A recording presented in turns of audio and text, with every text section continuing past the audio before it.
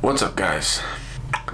I tried filming this video a couple nights ago and I had everything ready. It was great. I sat down on my computer to edit it and I started putting my headphones out and I realized all of a sudden that I had forgotten to plug in the microphone all the way. It was like barely unplugged. So everything I recorded on my camera microphone, which if you don't know, camera microphones are usually not very good.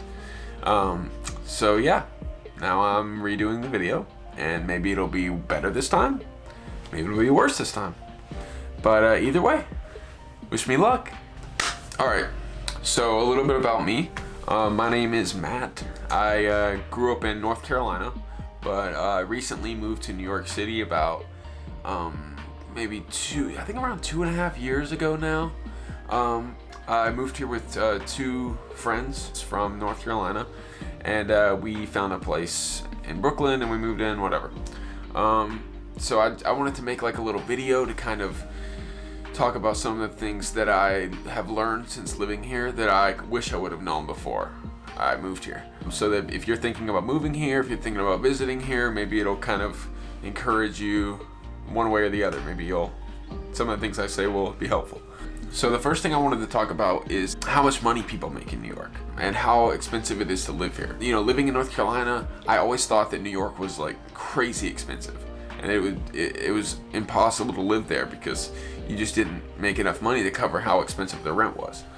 And there's a certain aspect of that that's true, but it's actually much easier to live in New York than you think if you're willing to work hard. So one of the main things I learned when I got here is that the minimum wage in New York is $15 an hour. Now I'm from North Carolina, and in North Carolina the minimum wage is $7.25 an hour. So I moved here expecting to still be making $7.25 an hour and somehow survive in New York off that much money.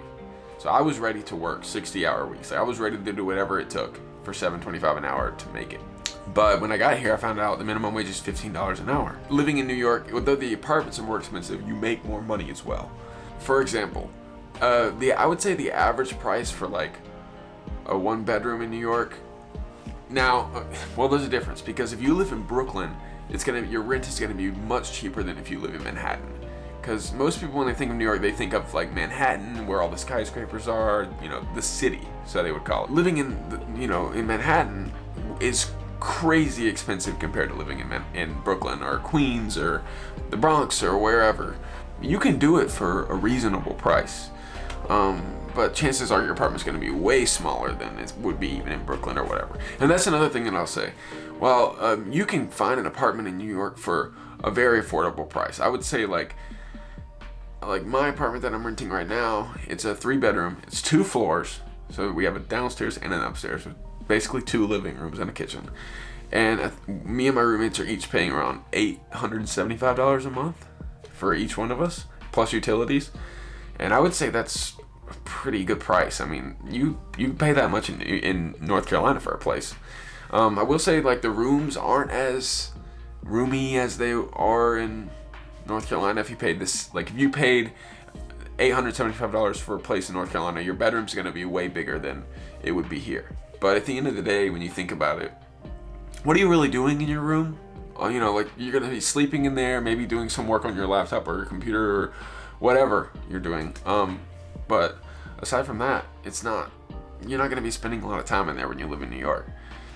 You're gonna be out, especially before COVID, you're gonna be out, you're gonna be hanging out with friends, whatever. You're gonna be doing things constantly, working, whatever it might be. So at the end of the day, like you don't really need a big bedroom, unless you just have a ton of stuff or whatever. So it's not as hard as people think it would be if you're willing to work and you take your time looking for a place. For like whenever we found our first place, we found it on the Facebook page called Gypsy Housing, and Gypsy Housing has all these listings for apartments and stuff. A lot of them are people who are trying to fill a room in their apartment, so it'll be one room and it'll be like $750 for this one room if you're willing to move in. They'll list like the safety deposit and stuff like that, and if you want to move in you can, and you message them, talk to them, whatever, and you work something out. But yeah, I would highly recommend if you're thinking of moving to New York, check out Gypsy Housing on Facebook. It's a really good page, super helpful. That's where we found our first place. You can find full apartments there too. But a lot of them are people that are trying to fill a room, or are looking for a room or whatever. And most of the people on there it seems like a really good community. People seem really helpful and friendly, and which brings me to my next point. The people in New York, and how nice are the people in New York? Are they stuck up douchebags like people say they are, or are they actually really friendly, nice people? And in my opinion, it would be the latter of the two. The people in New York, all the people that I've met and gotten to know and hung out with outside of one time, have been amazing. They've all been some of the coolest people I've ever met in my life, if not the coolest people I've met in my life. They've been so helpful, friendly, caring. Like they've been willing to do things for me that they didn't go out of their way to help me or any of my roommates, friends, whatever. Everybody I've met here has been really cool. The only people that I've had any issues with are like scammers. There's a lot of scammers on the street, and I think that's why a lot of people come across as like shut down.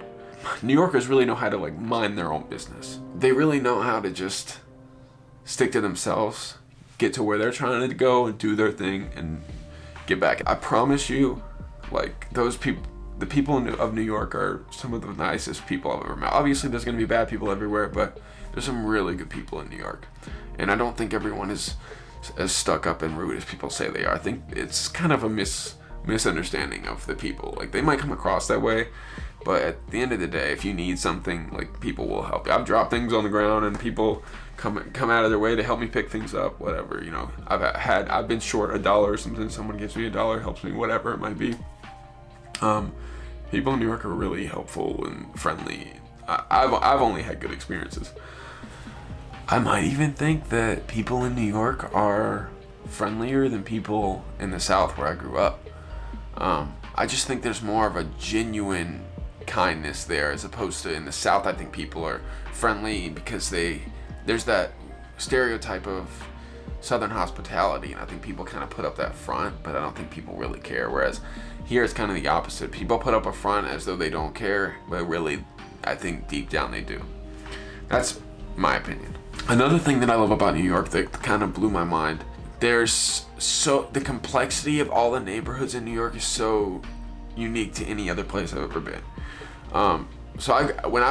Where I went to school, which was also in North Carolina, was a coastal city in North Carolina called Wilmington. Just that city alone is the size, the downtown is the size of like one neighborhood in New York.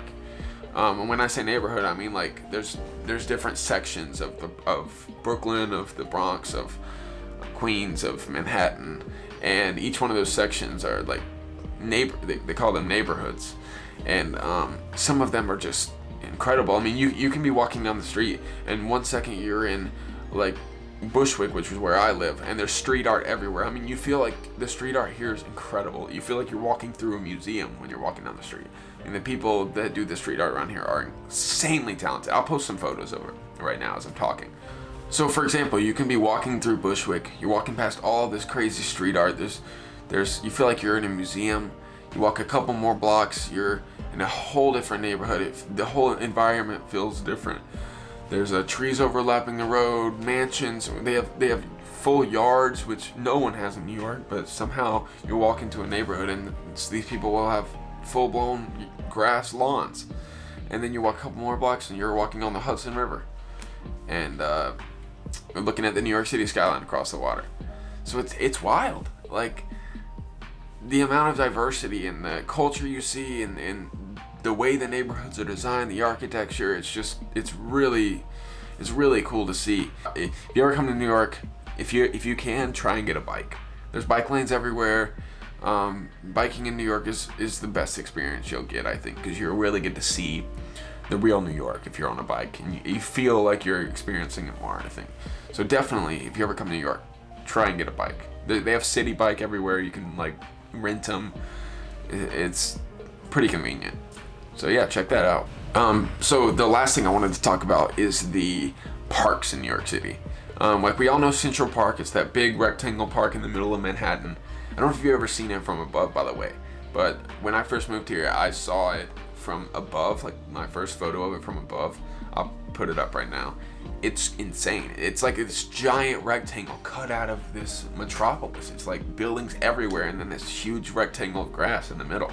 It's so cool how they've been able to maintain that. You know how expensive like 1 acre of land in New York City, especially in Manhattan, is? It's crazy.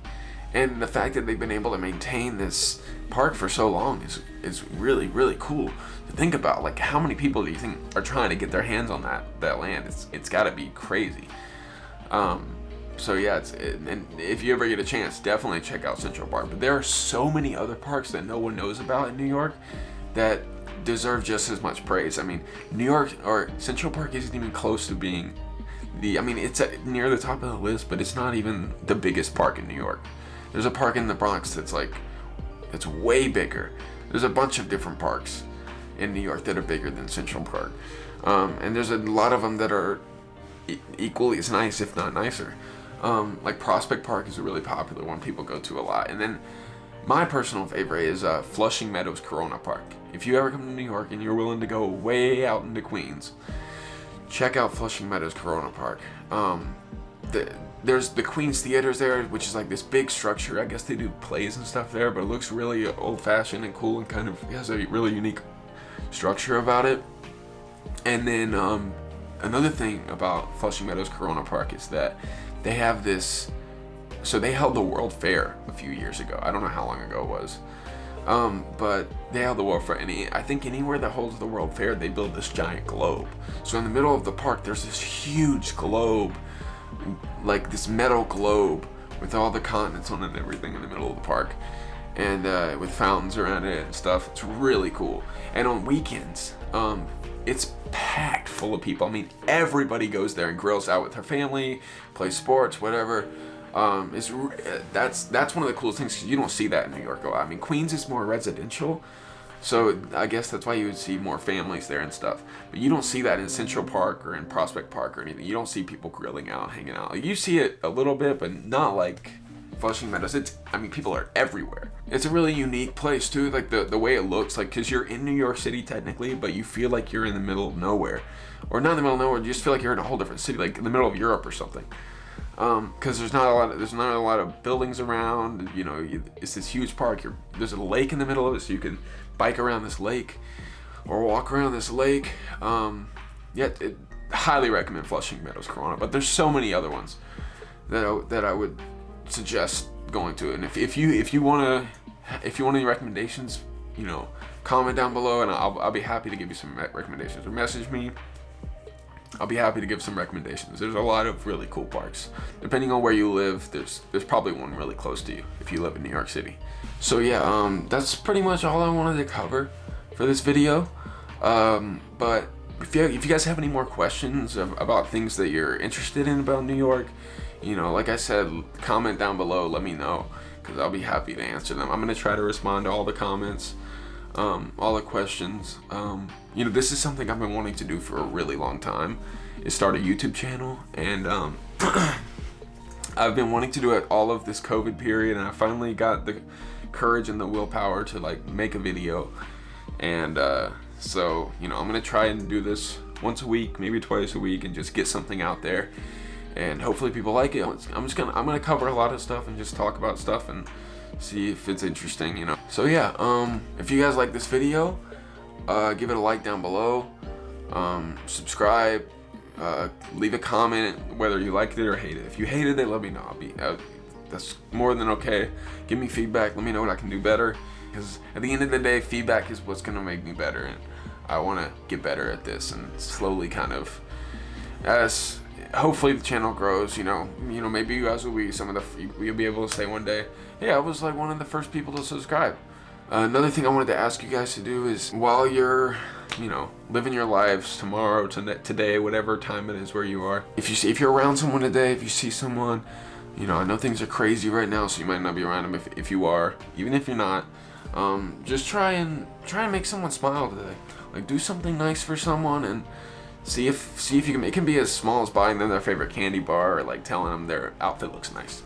But that can make a big difference in somebody's life, and especially with everything going on now, a lot of people are in the dumps, and one little thing can totally change their mood, you know. And if you make one thing brighter about their day, maybe they'll do the same for someone else, and so on. And so if you get the chance, just do that for me, and leave a comment down below. Let me know if you did or you didn't. If you think that's corny and stupid, let me know. That's fine too. I know everybody says this all the time, but like those little things, the likes, subscriptions, the comments, those things matter a lot in getting this video out there. So, but yeah, thanks for watching this video, guys. It means a lot. Hopefully I'll be seeing you soon. I love you. Make someone smile. Have a great day. Bye.